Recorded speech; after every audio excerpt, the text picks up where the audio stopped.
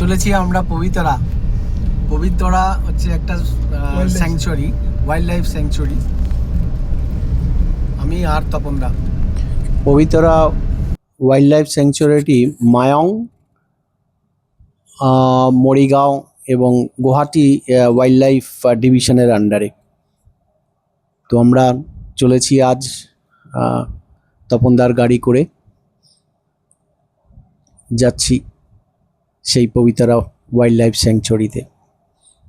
এই যাত্রাপথের রাস্তাটি এত সুন্দর, দুপাশে গ্রিনারি, চায়ের বাগান, কত সুন্দর চায়ের বাগান, তার ল্যান্ডস্কেপ কত সুন্দর।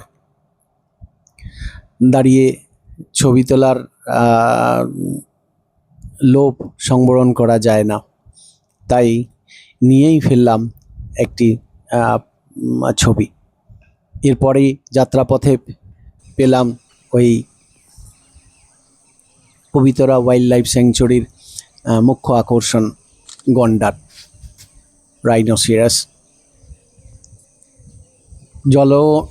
জলরাশির মাঝখানে দাঁড়িয়ে কি যেন কি খুঁজে খাচ্ছে, জলের মধ্যে দাঁড়িয়ে বেশ লাগলো দেখতে। পানা পুকুর, পানা ফুলগুলো কি সুন্দর ফুটে আছে দুপাশে। অদ্ভুত সুন্দর সিনিক বিউটি, প্রকৃতি যেন ঢেলে উপুর করে দিয়েছে তার সৌন্দর্য এই পবিতরার জঙ্গলে। এর চারপাশে নদী দিয়ে ঘেরা, জলাশয়, নদী ঠিক নয়, জলাশয় দিয়ে ঘেরা। বোটিংয়েরও সুবিধে রয়েছে, যেহেতু যে সময় যেদিন আমরা এসেছি সেদিন বোটিং চলছিল না, তাই তার আনন্দ আমরা নিতে পারিনি, কিন্তু বোটিংয়ের সিস্টেম রয়েছে। এই জলাশয়ের মধ্যে দিয়ে আপনার এই পবিতরা ওয়াইল্ড লাইফ স্যাংচুয়ারিটিকে নদীর মধ্যে ভ্রমণ করতে করতে দেখা, সে এক আলাদা রোমাঞ্চনা। অদ্ভুত সুন্দর চারিপাশ, ঘন জঙ্গল, এক অপূর্ব নিস্তব্ধতা, ঝিঝি পোকার ডাক, বিভিন্ন পাখির কলতান জায়গাটিকে মুখর করে রেখেছে। অপূর্ব সুন্দর, একটি দিন কাটানোর জন্য যথেষ্ট। একটি পোকা ওই যাত্রাপথের মাঝখানেই দেখলাম ঘুরে ঘুরে যাচ্ছে, তাকে ছবিটা নিয়েই ফেললাম। এইটি ভেতরে পবিতরা জঙ্গলের সাফারি এইখান থেকে শুরু হয়। তো আজকে আমরা জঙ্গল সাফারির ভেতরটা যেতে পারিনি, কেন বন্ধ ছিল, তাই জঙ্গলের ভেতরেই কিছু কিছু জায়গা আমরা ঘুরে দেখলাম নিজের গাড়ি করেই।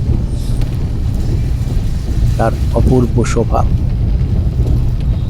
কত গাছ, এই গাছ মানুষকে জীবন দান করে। বুক ভরে নিঃশ্বাস নিয়েছি আর ভেবেছি যে এই প্রাকৃতিক সৌন্দর্য যেখানে, যে শহরে বা যে গ্রামে আছে, সেখানকার মানুষ কত ধনী, তাদের স্বাস্থ্য এমনিতেই ভালো থাকবে। দেখুন চারিদিকে কি সতেজ সবুজ,